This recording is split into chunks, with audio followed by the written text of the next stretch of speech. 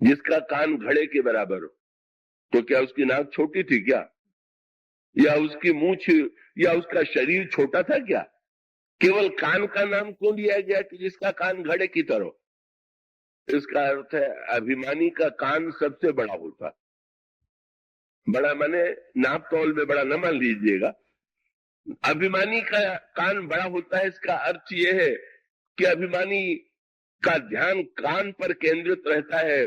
कोई प्रशंसा करे, बस कैसे कान में प्रशंसा पड़े। प्रशंसा की शराब पीने की बेचैनी जिसके मन में है वो कुंभकर्ण नहीं है।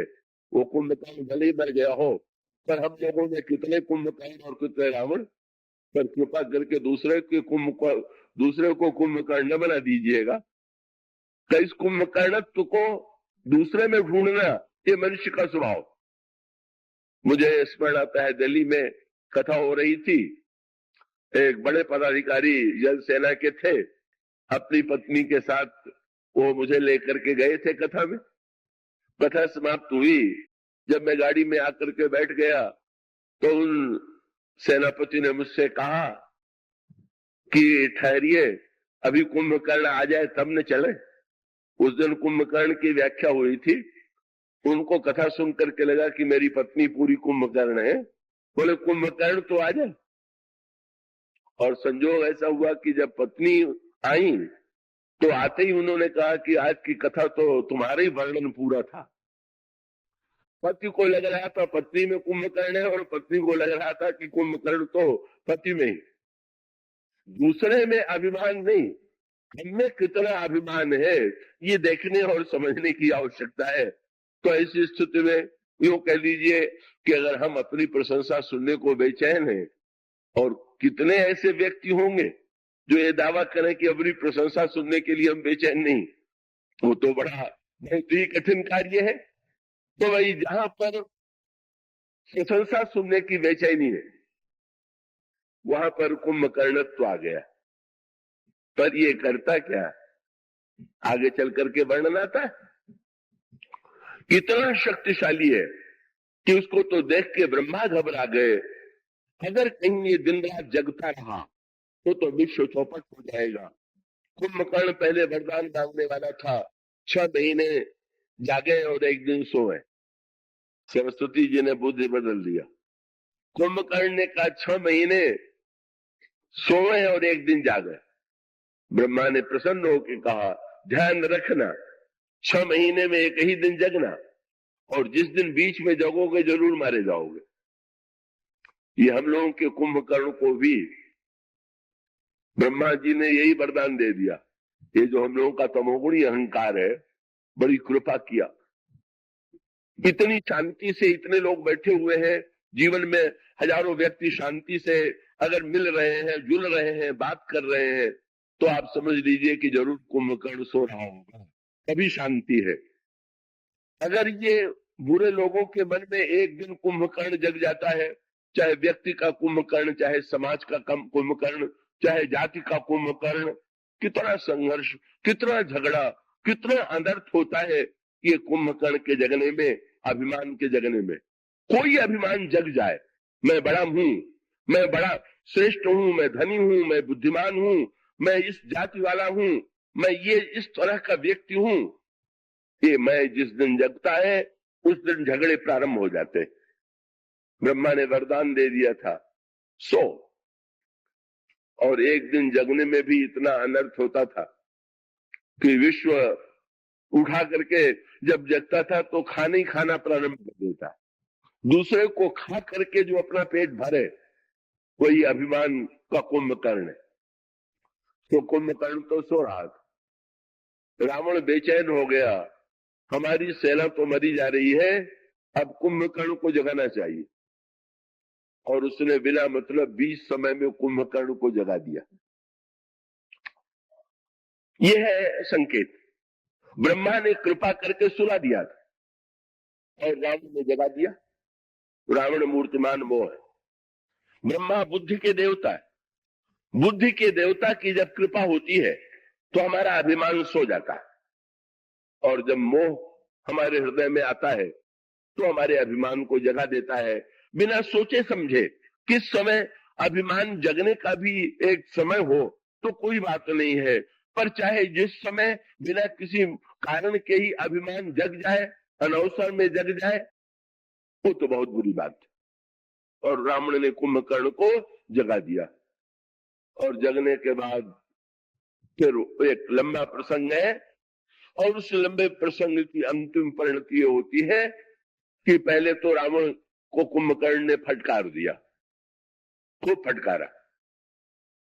कुंभकर्ण ने रावण से कहा, जगदम्बा हरि आन के सठ चाहसी कल्याण। अरे दुष्ट रावण, तू जगदम्बा सीता का हरण करके कल्याण चाहता है? याद रखिए, पूरे रामायण में अगर रावण के लिए किसी ने सबसे कठोर शब्द का प्रयोग किया है रावण के परिवार और लंका के रहने वालों में, तो वो कुंभकर्ण।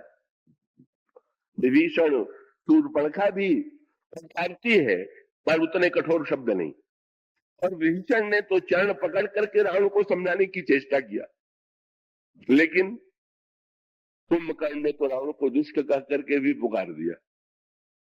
लेकिन इतनी विचित्र बात, विभीषण जी ने चरण पकड़ करके मनाया, तो भी रावण ने उनको लात मार के निकाल दिया। और कुंभकर्ण ने दुष्ट कह करके फटकार दिया, तब तो रावण को लात मार करके कुंभकर्ण को भी निकाल देना चाहिए। पर ना, ये जो है वो अभिमान पर कैसे प्रहार करेगा, उसको कैसे छोड़ेगा, उसको कैसे निकालेगा?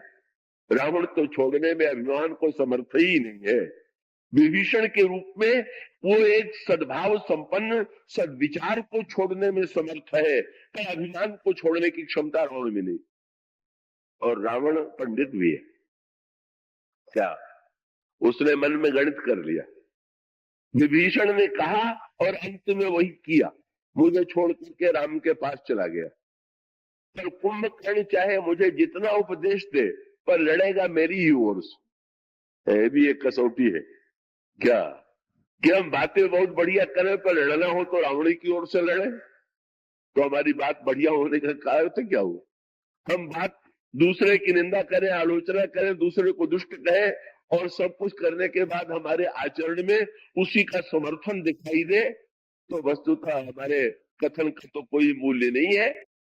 इसीलिए रावण को उपदेश ही नहीं दिया कुंभकर्ण ने। कुंभकर्ण तो राम रूप नेत्र बंद कर लिया और भगवान राम के रूप में डूब गया। जब लिखा तुलसीदास जी ने कि राम के रूप में डूब गया, तो किसी ने कहा महाराज तब तो बहुत ऊंचा। गोस्वामी जी ने तुरंत एक शब्द चुन दिया व्यंग, क्या? राम रूप गुण सुमिरत मगन भयउ क्षण एक। बस एक क्षण के लिए, समय बहुत बढ़िया बात। अच्छे विचार में कौन ऐसा नहीं है कि जो एक क्षण के लिए न डूब जाता हो। ध्यान में भी डूब जाते हैं, पूजा में भी डूब जाते हैं, बढ़िया बात करने में डूब जाते हैं, पर क्षण भर डूब जाना ही जीवन की पूर्णता नहीं है। एक क्षण डूबे और 23 घंटे और बाकी शेष क्षण तो उतने घंटे तक हम दूसरी वस्तु में डूबे रहे।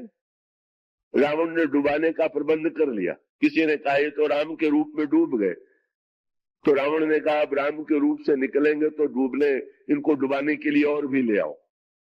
क्या लाओ? राम रूप गुण सुमिरत मगन भयउ क्षण एक। रावण मांगे कोटि घट मद और महिष अनेक। भैंसे और शराब ले आइए। अब राम के रूप में तो बहुत डूबे, पर जरा शराब में भी तो डूब ले। ये अभिमान को चाहिए कोई न कोई डूबने की वस्तु, शराब चाहिए। वो शराब हर तरह की हो सकती है, धन की सुरा हो सकती है, पद की शराब हो सकती है, पांडित्य की सुरा हो सकती है। उस सुरा को पी करके कुछ क्षणों के लिए हम भगवान की याद करें, और बाकी समय में हम किसी न किसी वस्तु की सुरा पी लें, अपने को अभिमानी बना लें। यही कुंभकर्ण की वृत्ति है, यही अभिमान का लक्षण है। और परिणाम क्या हुआ? जब कुंभकर्ण से रावण ने पूछा, गर्जना करने लगा शराब पी करके, महिष खाई कर मदरा पाना गर्जा बजरा घास समाना। जब गर्जने लगा तो कुंभकर्ण से रावण ने मुस्कुरा के पूछा कितनी सेना लेके लड़ने जाइएगा? कुंभकर्ण हंसने लगा, सेना लेकर के तुम लोग लड़ते हो, हम अकेले लड़ते। ये अहंकार कहता है कि और बुराइयां मिल के लड़े तो सफल होती, पर मैं अकेले ही आ जाऊं तो सबका सत्यानाश कर दूं। इसलिए उसने कह दिया मुझे कुछ नहीं चाहिए, कोई सहायक नहीं चाहिए। इसलिए गोस्वामी जी ने कहा कि कुंभकर्ण जो था वो अकेला जो है चला दुर्गतज सेन न संगा, नहीं आवश्यकता है किले की, नहीं आवश्यकता है सेना की, हम अकेले। और उसको अकेले आते देख करके बंदर तो खा गए धोखा। क्या ये आज तक लंका वाले बड़ी संख्या में आते थे, ये पहला मूर्ख आ रहा है जो अकेले चला रहा।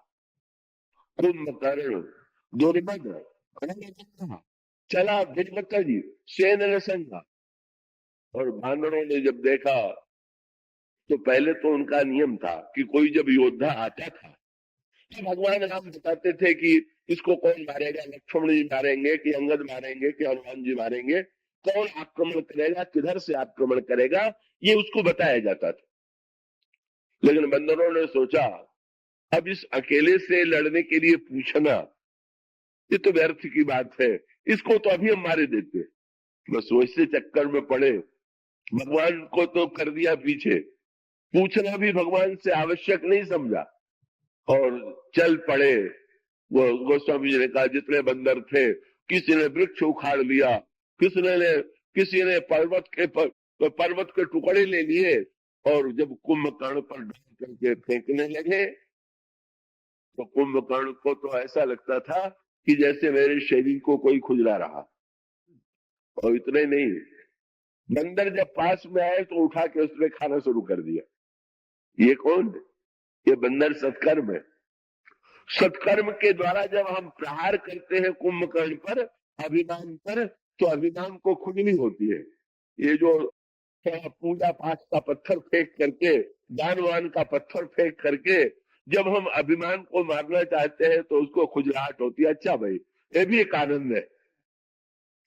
लेकिन अगर कोई जाए तो उठा के खाना, जो खाना प्रारंभ किया, कोटि कोटि कपि धरी धरी खाई, जनु कीड़ी गिरी गुहा समाई।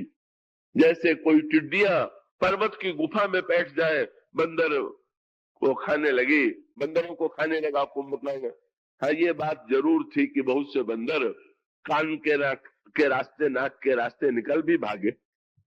हाँ भाई, एक कुंभकर्ण जब अभिमान खाने लगता है तो नाक कान के रास्ते कभी कभी निकल भागने वाले भी थोड़े लोग हैं। लेकिन वो तो बार बार उठा करके, कभी कभी ऐसा भी होता है कि सत्कर्म करके अभिमान नहीं हुआ तो नाक कान के रास्ते निकल के किसी तरह से बच गए।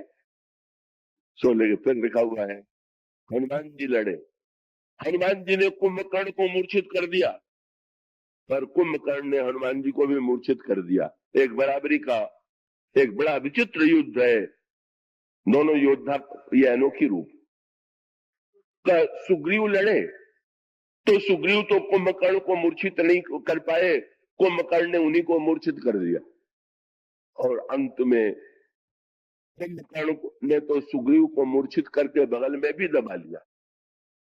और वो दबा करके बगल में ले जा रहा था रावण के पास, लेकिन सुग्रीव जी की मूर्छा बीच में ही खुल गई। और जब देखा कि मैं कहां हूं, कुंभकर्ण के बगल में, तो बड़ा दुख हुआ। बहुत बढ़िया बात। सुग्रीव कौन है? बोले मेरा स्थान कहाँ था और मैं कहाँ आ गया? मेरा स्थान तो प्रभु के चरणों में था, ये मैं कुंभकर्ण के बगल में कैसे पहुंच गया? इसी प्रकार से जिसके जीवन में ये ग्लानि उत्पन्न हो कि मुझे तो भगवान के चरणों में होना चाहिए था, ये अभिमान ने मुझे दबा लिया। बगल में होने का अर्थ है अभिमान हम लोगों को दबा लेता है। सुग्रीव बड़े ज्ञानवान है, पर ज्ञानवान सुग्रीव को भी अभिमान ने दबा लिया। ये है अभिमान की शक्ति। लेकिन अंतर इतना ही है कि दबने पर भी जिसको दबने का बोध ही नहीं हो रहा वो सुग्रीव नहीं, इसकी गर्दन बढ़िया नहीं। सुग्रीव का ये गर्दन जो है जिसकी बढ़िया होती है वो झुकती है सरलता से। गर्दन का काम झुकना है। जिसका सिर झुका ही नहीं का उसकी तो ग्रीवा सुंदर है नहीं, कैसे लिए का सुग्रीव तो स्वभाव से अभिमानी नहीं है, पर अभिमान के चक्कर में पड़ गए और जब जग गए तो सोचने लगे अब क्या करें, इसको मार हम सकते नहीं, इससे लड़ सकते नहीं, बचे तो कैसे बचे। तो उन्होंने दो काम किए और बहुत बढ़िया उपाय उन्होंने किया। क्या? तुरंत मरे हुए की तरह वो बन गए, निबुक गए उतने ही मृतक प्रतीति। और ये बहुत बढ़िया मंत्र है। अभिमान से बचना हो उसके दबाव से तो मुर्दे का ध्यान जरूर कर लीजिए, क्योंकि मुर्दा ही ऐसा है कि इस पर चाहे फूल बरसाइए, चाहे अभिनंदन पत्र पढ़िए, चाहे स्वागत कीजिए, चाहे सत्कार कीजिए, मुर्दे पर कोई प्रभाव नहीं पड़े। वो और मरना सबको है, मुर्दा सबको ही होना है। और उस समय इनसे कई वृत्ति आ गई तो कुंभकर्ण ने सोचा कि ये तो मर गया मेरे दबाव से, और अब मैं जब मर ही गया तो इसको लेकर के लंका में जाना व्यर्थ है, इसको हटाओ। तो उसने अपनी भुजा अभिमान का दबाव छूटा और अभिमान के दबाव से ज्ञान निकला और सोच दिया क्या कि अब क्या करे। कुंभकर्ण तो जीत करके जा रहा, किसी तरह से इसको लौटाना चाहिए। और लौटाने के लिए उन्होंने कहा कि अब मैं इसका सिर तो काट नहीं सकता, पर नाक कान पर थोड़ी चोट तो पहुंचा ही सकता हूं। तो बंदर तो थे ही उछले और दसनन काटी नासिका काना, कुंभकर्ण की नाक काट दिया। तो अभिमानी को तो अपने नाक की बड़ी चिंता रहती है और कान की भी। नाक नहीं कटे ये उसको बड़ी चिंता रहती है, और लोग मेरी प्रशंसा करे तो कान और नाक में ही तो बेचारा केंद्रित है। सो भागे, बड़े चतुर निकले। उन्होंने बहुत बढ़िया भागना सीखा था सुग्रीव ने। बड़े भगोड़े थे, रामायण के सबसे बड़े भगोड़े सुग्रीव। मायावी से डरे तो बाली को गुफा में छोड़ के भाग खड़े हुए, बाली से डरे तो फिर बाली को देख करके भी छोड़ करके फिर भाग खड़े हुए।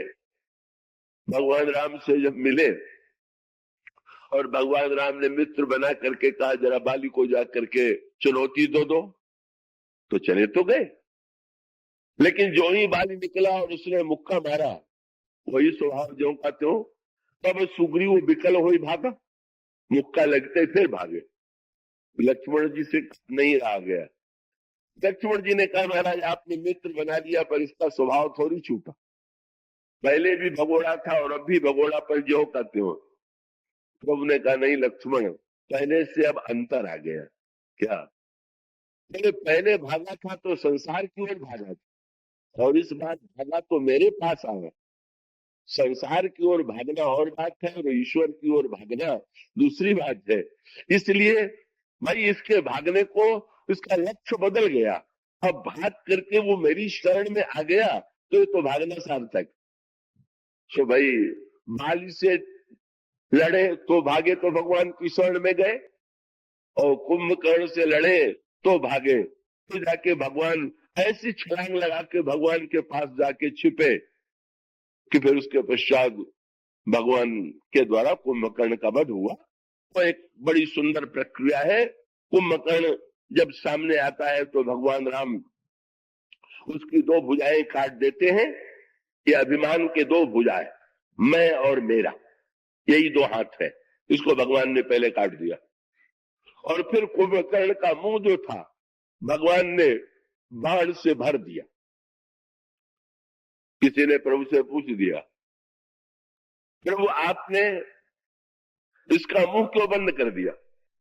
बोले अभिमानी को अगर कान से प्रशंसा न सुनने को मिले तो फिर मुंह से अपनी ही प्रशंसा करने लग जाता, इसलिए अभिमान का मुंह भी बंद कर देना चाहिए। न सुनो न तो दूसरे से सुनने की बेचैनी हो, और न तो स्वयं अपने मुंह से अपनी प्रशंसा करने में डूब जाए। भगवान श्री राम ने दो भुजा काटी, कुंभकर्ण का मुंह बंद कर दिया, और अंत में कुंभकर्ण का विनाश करके, वध करके, उसका सिर काट करके उसके तेज को भगवान ने अपने आप में विलीन कर लिया। अभिमान भी जो था तो ईश्वर में जाकर के समा गया। अभिमान जब तक संसार से जुड़ा हुआ है तब तक दुखदाई है, और अभिमान जब भगवान में समा जाता है तो कल्याणकारी हो जाता है। पर प्रभु ने लक्ष्मण जी से जरूर पूछ दिया, बोले सब लड़े कुंभकर्ण से, तुम चुपचाप बैठ गए? लक्ष्मण जी बिल्कुल लड़ने के लिए नहीं गए। तो लक्ष्मण जी ने ही कहा कि प्रभु मैं जानता था कि सारे दोषों को, काम को मैं मिटा सकता हूँ, क्रोध लोभ को जीत सकता हूँ, पर अभिमान को तो आप ही मार सकते हो, इसलिए मैंने कहा कि आप ही लड़ो, आप ही मारो, ये मेरे बस की बात नहीं। तो सचमुच अभिमान तो केवल ईश्वर ही की कृपा से मिटता है। महाराज जनक को धनुष मिला शंकर जी का, सात्विक अहंकार का शंकर जी ने त्याग कर दिया, मेरे लक्ष्य पूरा हो गया। अब बाण की कोई आवश्यकता नहीं रह गई। जब मन वश में हो गया, बाण की आवश्यकता कब तक है? जब तक त्रिपुरासुर जो है वश में नहीं हुआ। साधन की आवश्यकता कब तक है? जब तक मन का विनाश नहीं हुआ। और मन मिट गया तो फिर अब कौन सा लक्ष्य रह गया? किसके लिए साधन किया जाए, कैसा साधन किया जाए? इसलिए शंकर जी ने कहा जो लक्ष्य था वो बाण ने पूरा कर लिया, और जब पूरा कर दिया तो अब इस अहंकार से मुक्ति की आवश्यकता है, अहंकार के खंडित होने की आवश्यकता है, और वो तो प्रभु के द्वारा ही होगा। सचमुच ये अभिमान का, महाराज जनक का धनुष यज्ञ क्या है? सीता मेरी बेटी है, ये ममता है। शंकर जी का धनुष ये अहंकार है। बोले अहमता और ममता दोनों। ममता का त्याग हम करेंगे। सीता जी में ममता, बेटी मेरी है के स्थान पर भगवान के नाते को जोड़ लेना, ये ममता का त्याग है। मेरी बेटी नहीं, श्री राम की प्रिया है, श्री राम की शक्ति है, ये ममता का त्याग। पर उन्होंने कहा ममता का त्याग हम उसी से के प्रति करेंगे जो पहले अहमता को तोड़ के तो दिखावे।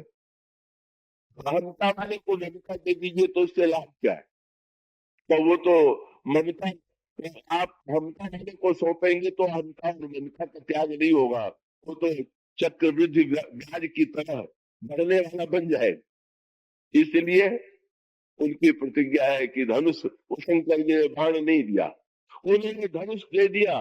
मैंने बस इस धनुष को टूटना चाहिए। अभिमान जब टूटे तब ममता का त्याग हो, यही यज्ञ का सबसे बड़ा फल है। और भगवान श्री राम ने क्या किया?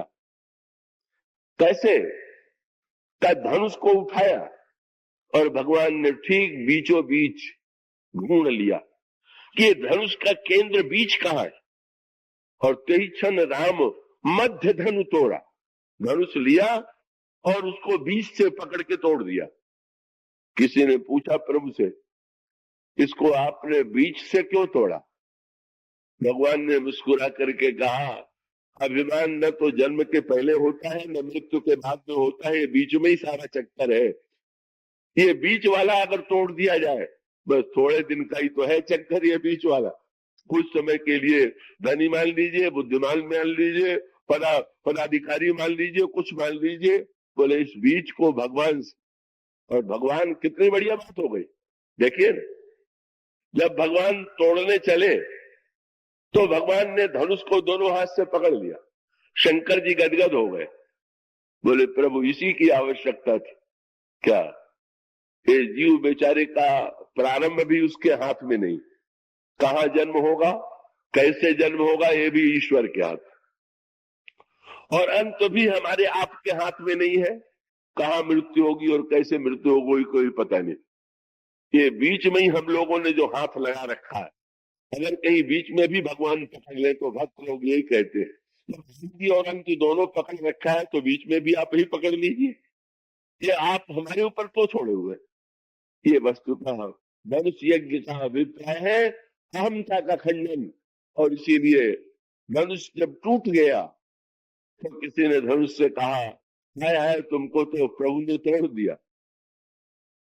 धनुष ने हंस करके कहा, मुझे तोड़ दिया कि मुझे मुक्त कर दिया। बंधता रहता था, बंधने से मुक्ति मिल गई। किसी ने कहा बड़ा दुर्व्यवहार किया। वो दुर्व्यवहार क्या किया? अपने हाथों से ऊपर उठाया और चरणों में स्थान दे दिया किसी ने कहा ऊपर से पटक दिया।